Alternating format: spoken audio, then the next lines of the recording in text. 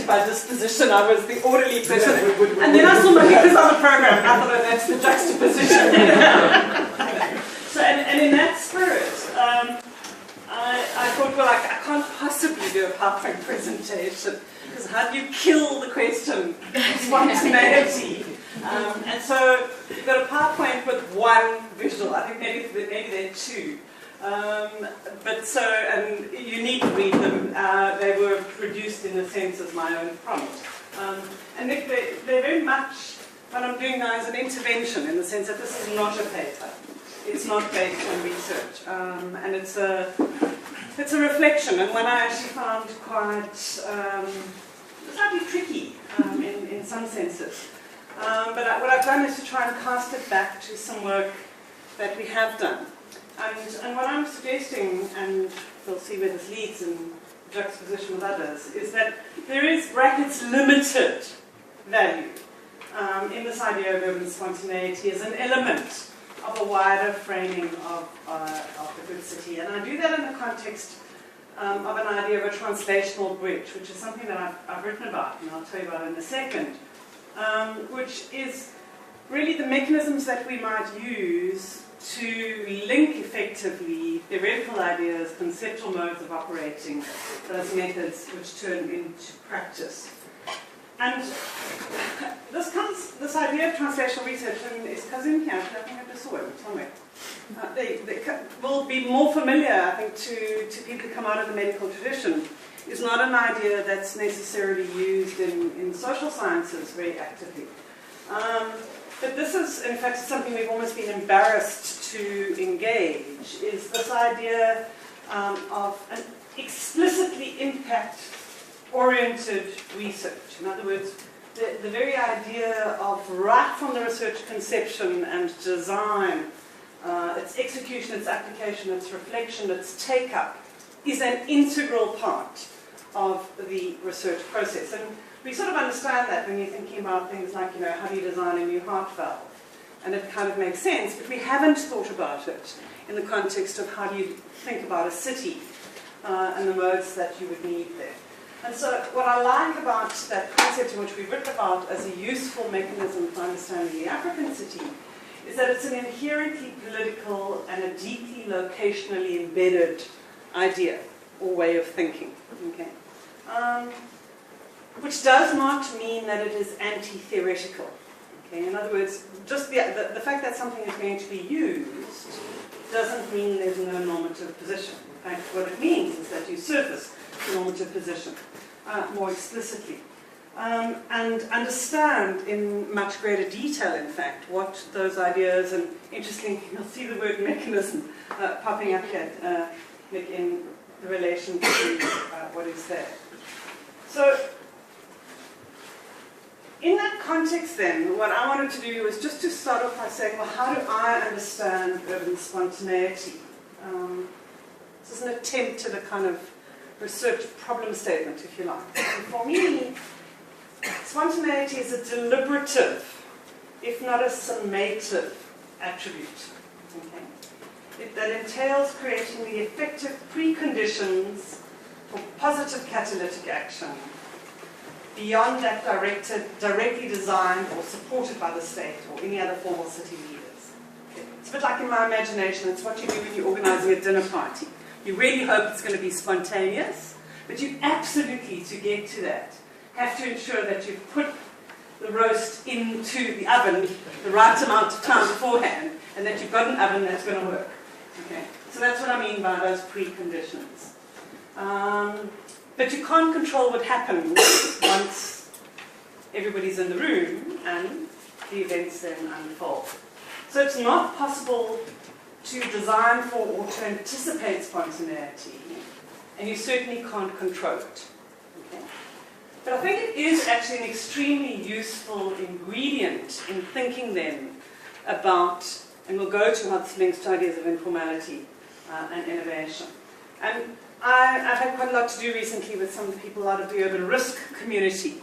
And to me, spontaneity is the antithesis of the risk community. And both have attributes to them. So the risk community spend their lives trying to ensure that they put in place essential elements which will mitigate risk. don't have a river that runs, a settlement that runs too close to a river, and it's oriented to reducing risk. Spontaneity, it seems to me, is something that can equally be managed into the urban environment. And I think it's in that context that we have to begin to start to be much more specific about what it is that we think has to be managed in.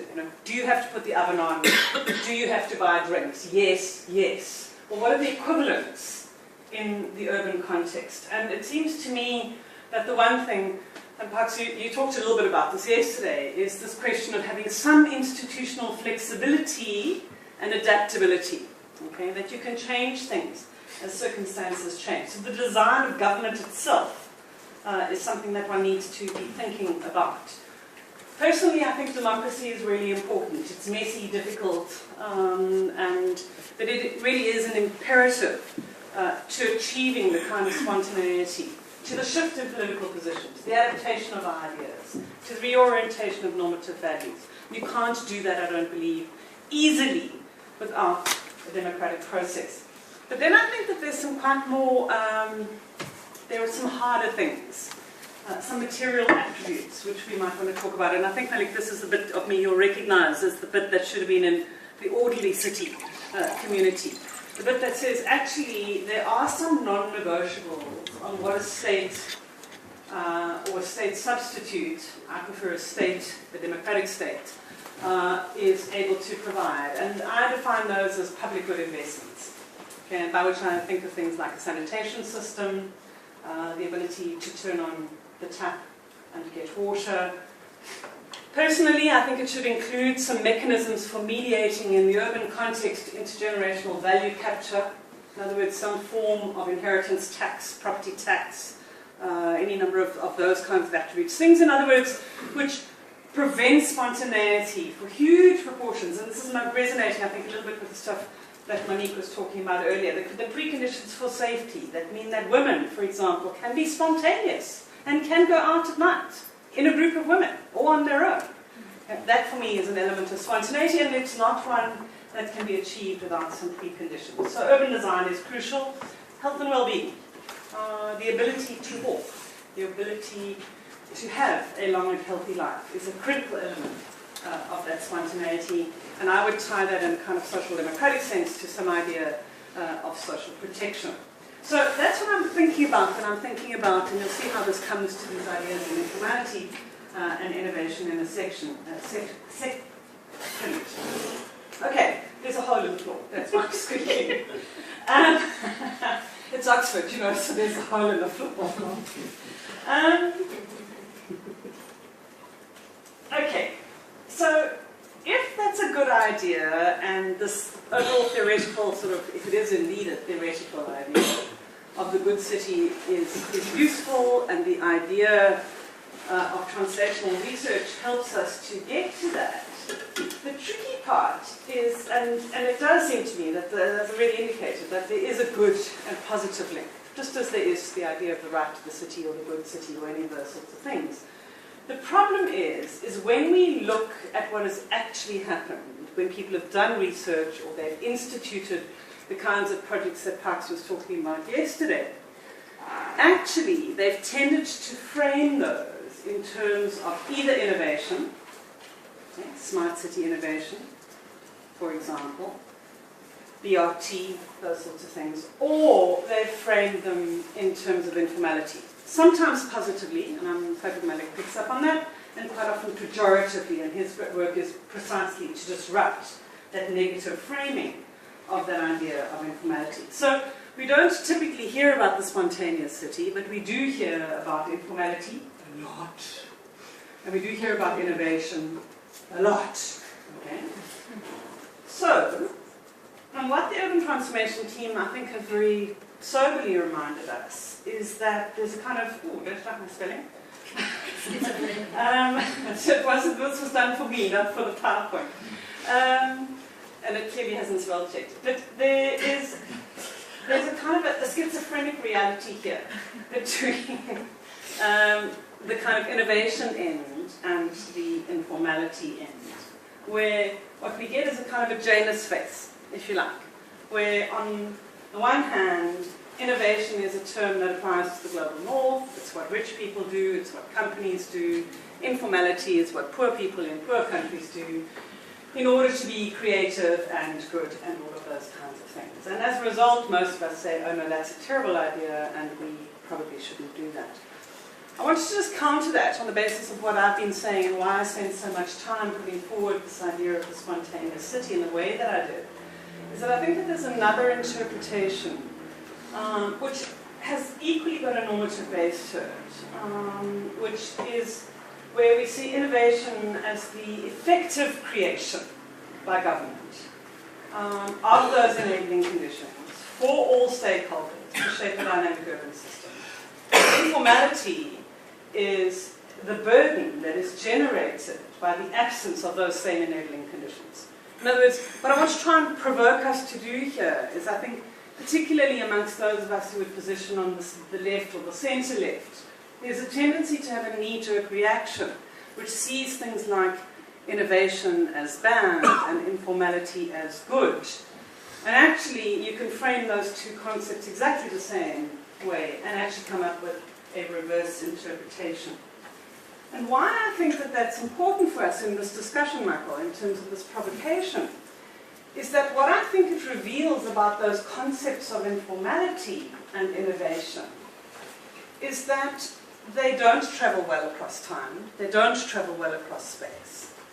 They are not concepts that have got a measure to them, they don't have a matrix, they don't have even a clear operational direction. And it's not a normative problem, okay? Because I've just tried to show you that you can read this in a normative way in two different directions. This is a conceptual problem, okay? And what I'm suggesting, therefore, is that what we've got here, and I'm drawing here in the big literature on gentrification, is that what we've got is a chaotic concept, okay? We're using ideas of informality or of innovation. And by a chaotic concept, I mean things like where we use one word to describe many processes, one term for distinct processes, one term that's got multiple and overlapping indicators. And if you think about informality and you think about the way that that's used in particularly the African context with which I'm most familiar, it is very clear that one term to describe 80 to 90% of the conditions in which we are living is less than useful. It really doesn't begin to get us to the essence. You can't have a single term for 90% of anything. The internal differentiation is therefore much more significant. And so, in a way, what I'm suggesting then is because they can't be measured, because they can't be bounded, because we have no understanding of the relationship between theory and method and data, these cannot be concepts that are useful in a translational way to think effectively about the spontaneous city. And so I'm suggesting that we dismiss those concepts completely. And more importantly, and I think this is my last slide, that we take the provocation to instead come back and say, well then, if we thought it was such a good idea to think about spontaneity in the city, and we did, or I suggested that it was useful, it made us flexible, it made us responsive, it was the counter to risk. Then I think we need to have a thing which looks much more carefully at the relationship between big ideas and the conceptual words and tools that we use. Because what we see in both theoretical practice and in the practice of city officials, of investment people, is that it is precisely, and we know this from the literature on the world city, a less than useful chaotic concept, a tendency to conflate what we believe to be a normative position, which is good, with what is actually a useful and a robust and a facilitative concept that actually helps us to begin to prioritize. And so the conceptual tools that we use, it seems to me, have to be interrogated in a methodological way in much more serious terms than is certainly current practice within the urban community.